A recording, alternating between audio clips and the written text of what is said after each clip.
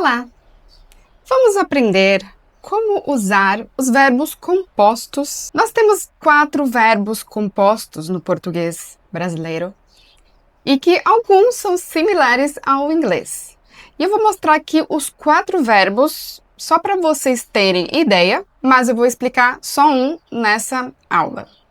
Então nós temos, por exemplo, com o verbo comer, tinha comido, tenho comido, terei comido e teria comido.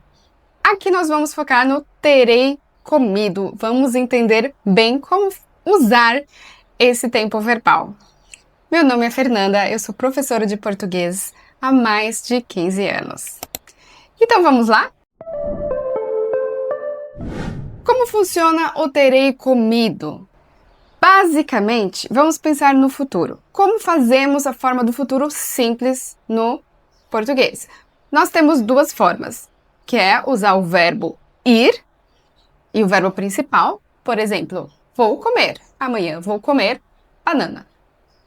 Então, vou comer, vou sair, vou dormir. Mas tem o outro verbo também. A gente conjuga o verbo principal de uma forma que mostra o futuro. Esse tempo verbal, ele é mais formal. Então, no dia a dia, a gente acaba não usando. Então, como é que fica? Por exemplo, para o verbo comer. Eu comerei, ele comerá, nós comeremos, eles comerão.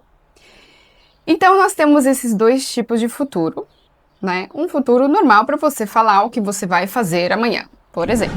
Então, quando a gente vai usar o verbo composto precisamos do ter e o verbo no particípio. O particípio, vai ter uma aula sobre isso, né? Que é como fazer o particípio, mas basicamente os verbos regulares, eles vão terminar em ado ou ido. Então, por exemplo, o verbo falar, falado. O verbo comer, comido. Então, você vai pegar o ter, conjugar, e o particípio.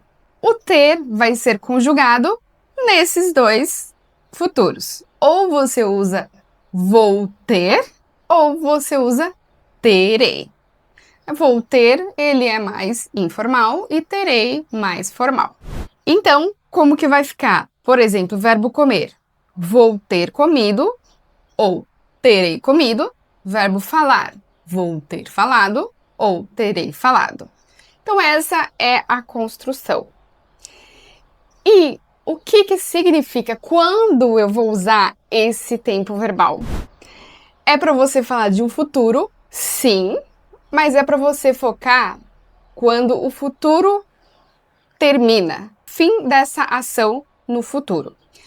Por exemplo, você tem um plano de viajar para o Brasil em março, ok?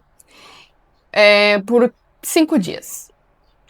Então, em abril, você já vai ter viajado para o Brasil. Então, você está falando sobre depois que aquela ação já terminou. Aquela coisa do futuro já terminou. Outro exemplo. Seu amigo vai encontrar você depois do almoço. E aí ele fala, vou poder encontrar você à 1h. Aí eu falo, tranquilo, beleza. Porque até 1h eu já terei almoçado. Ou seja, vou almoçar meio-dia e com certeza à 1h eu já finalizei essa ação, já terminei de almoçar e já estou pronto para encontrar o meu amigo. Tá? Então, sempre que você precisar especificar que você vai terminar tal coisa, vai estar done, né? Acabada aquela coisa em tal momento, em determinado momento. Então, basicamente isso. Mais alguns exemplos. Até às 8 eu terei tomado o café da manhã. Isso você só fala se é realmente necessário. Eu posso falar, vou tomar café da manhã às 8. Normal. Mas se alguém vai me encontrar depois, ou se eu tenho um compromisso depois, a que horas eu vou terminar isso?